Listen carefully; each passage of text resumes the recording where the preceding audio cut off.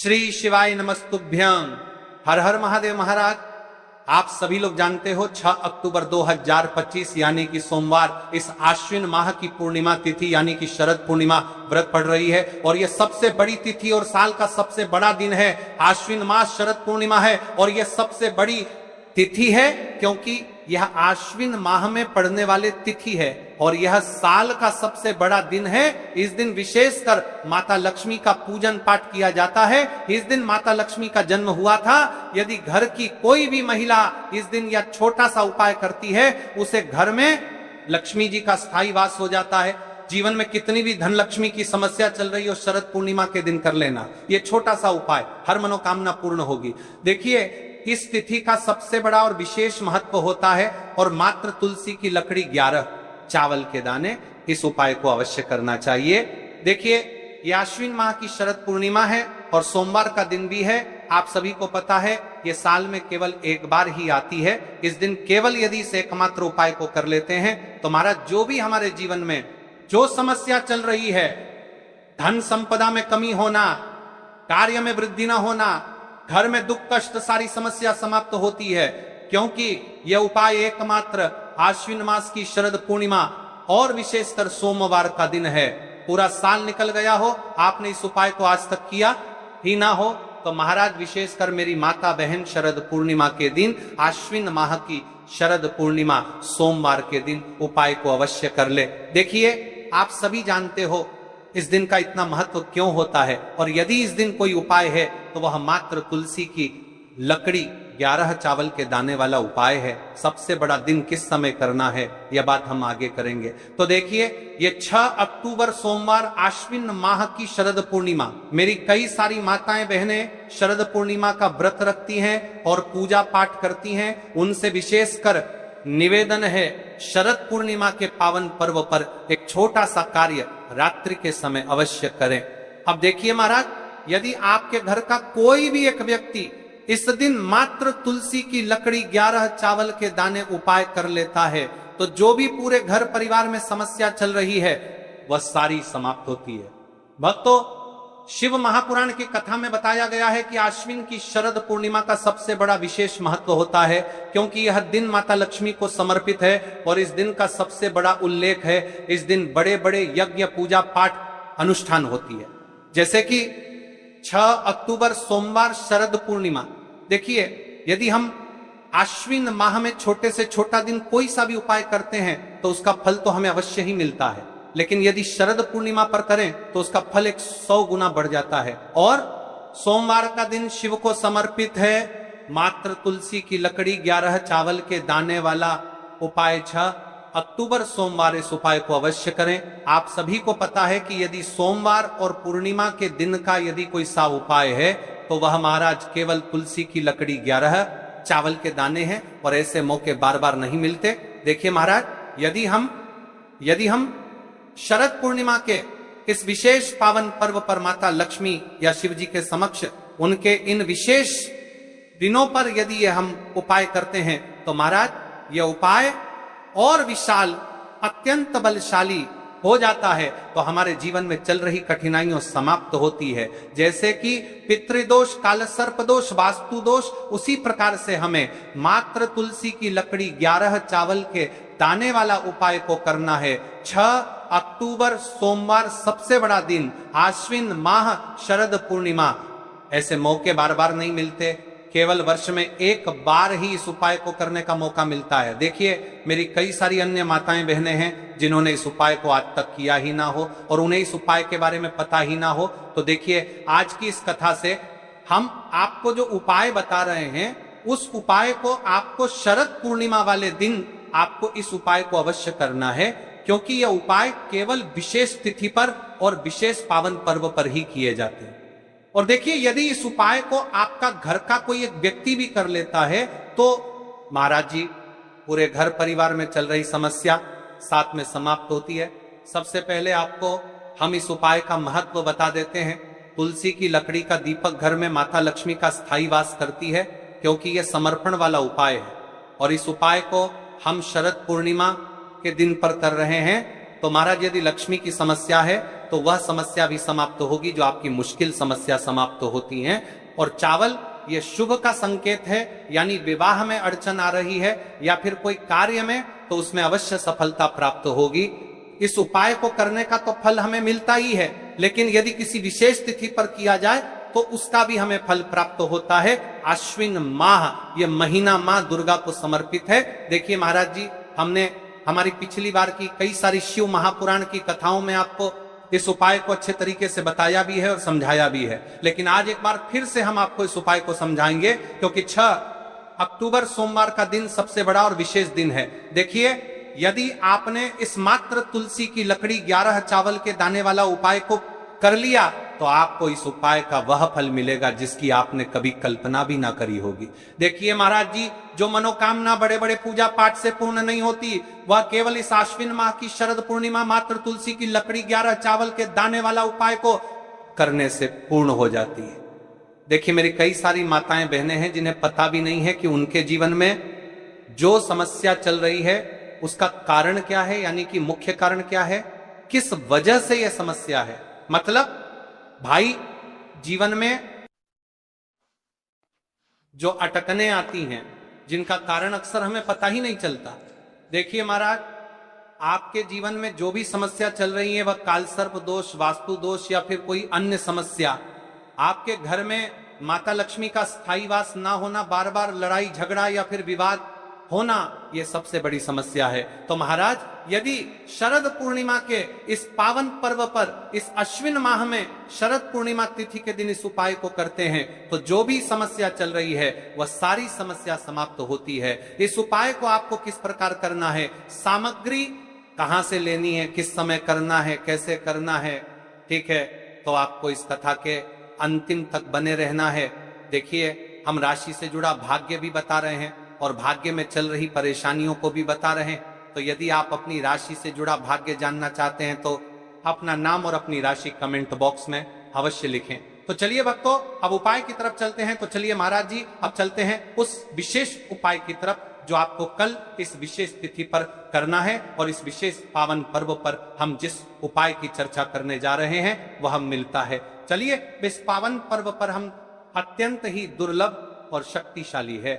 यह उपाय न केवल भक्त की मनोकामनाओं को पूर्ण करता है, बल्कि उसके जीवन के समस्त कष्टों का निवारण भी करता है। उपाय की सामग्री देखिए महाराज, मात्र तुलसी की लकड़ी से बना दीपक, 11 चावल के दाने और 1 चुटकी हल्दी। ये तीनों वस्तुएं देखने में सामान्य प्रतीत होती हैं, परंतु इनका महत्व और शक्ति अद्भुत है। जब इन्हें सही विधि से, सच्चे मन और श्रद्धा के साथ शिव मंदिर में प्रयोग किया जाता है, तब यह उपाय अलौकिक परिणाम प्रदान करता है। तो देखिए, तुलसी की लकड़ी का दीपक, 11 चावल के दाने और 1 चुटकी हल्दी। तो सबसे पहले आपको हम दीपक के बारे में बताते हैं। तुलसी की लकड़ी का दीपक, तुलसी माता का वर्णन शास्त्रों में अत्यंत पवित्र माना गया है। तुलसी के बिना कोई भी पूजन अधूरा है। यद्यपि शिवजी को तुलसी अर्पित नहीं की जाती, परंतु तुलसी की लकड़ी का उपयोग जब दीपक के रूप में किया जाता है तो यह विशेष ऊर्जा उत्पन्न करती है। देखिए महाराज जी, अब हम बात कर लेते हैं सबसे पहले उपाय के बारे में। तो देखिए, तुलसी की लकड़ी का दीपक, 11 चावल के दाने और 1 चुटकी हल्दी। तो सबसे पहले आपको हम दीपक के बारे में बताते हैं। तुलसी की लकड़ी का दीपक, तुलसी माता का वर्णन शास्त्रों में अत्यंत पवित्र माना गया है। तुलसी के बिना कोई भी पूजन अधूरा है। यद्यपि शिवजी को तुलसी अर्पित नहीं की जाती, परंतु तुलसी की लकड़ी का उपयोग जब दीपक के रूप में किया जाता है तो यह विशेष ऊर्जा उत्पन्न करती। यह दीपक भक्त की मनोकामना पूरी करने में सहायक होता है। अब देखिए महाराज जी, 11 चावल के दाने का महत्व जानिए। चावल शुद्धता और समर्पण का प्रतीक है। हर दाना अखंडता और पूर्णता का द्योतक है। जब 11 चावल शिवलिंग पर अर्पित किए जाते हैं तो ये 11 इंद्रियों का नियंत्रण और शुद्धिकरण करता है। मात्र 1 चुटकी हल्दी, 1 चुटकी हल्दी, हल्दी मां भगवती का प्रिय है और यह सौभाग्य, आयुर्वेद और पवित्रता का प्रतीक है। शास्त्रों में कहा गया है कि जहां हल्दी का प्रयोग होता है वहां मां लक्ष्मी का वास होता है। इसलिए जब इस हल्दी का प्रयोग शिव मंदिर में किया जाता है तो यह शिव शक्ति और लक्ष्मी दोनों की कृपा प्रदान करता है। कई सारे लोग प्रश्न करेंगे कि महाराज जी, ना ही शिव जी को तुलसी समर्पित कर सकते हैं और ना ही इस उपाय को किया जाता है। तो देखिए, इस उपाय को आपको शिव मंदिर की चौखट पर करना है।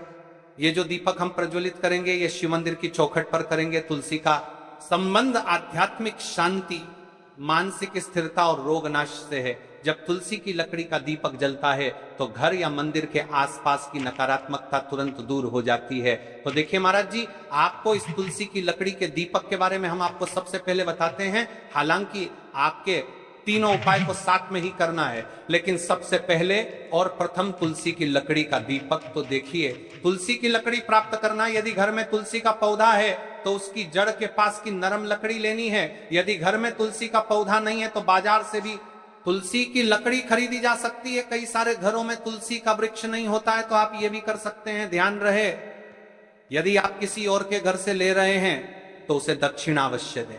बिना दक्षिणा के तुलसी लेना अशुभ माना जाता है। लकड़ी को तैयार करना, तुलसी की लकड़ी को छोटे टुकड़े में काट कर उसकी बत्ती बनानी है। उस बत्ती पर कपास रुई लपेटना है ताकि वह दीपक में ठीक से जल सके। अब यहां पर महाराज जी, कई सारे लोग प्रश्न करते हैं कि दीपक हमें आटे का लेना है या फिर हमें दीपक मिट्टी का लेना है। तो देखिए, आपको मिट्टी का दीपक का प्रयोग करना है, क्योंकि हम तुलसी के लकड़ी के दीपक वाला उपाय कर रहे हैं।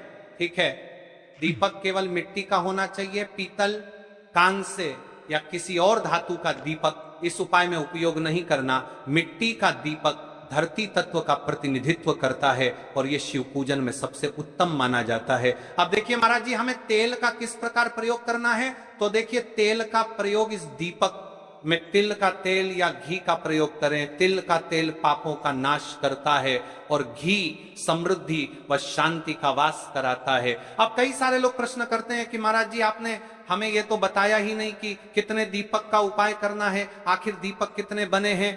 तो देखिए, कितने दीपक जलाने चाहिए। यदि समस्या बहुत बड़ी है, जीवन में गहरा संकट है, तो 5 दीपक जलाने चाहिए। यदि सामान्य कामना है तो 1 दीपक भी पर्याप्त है।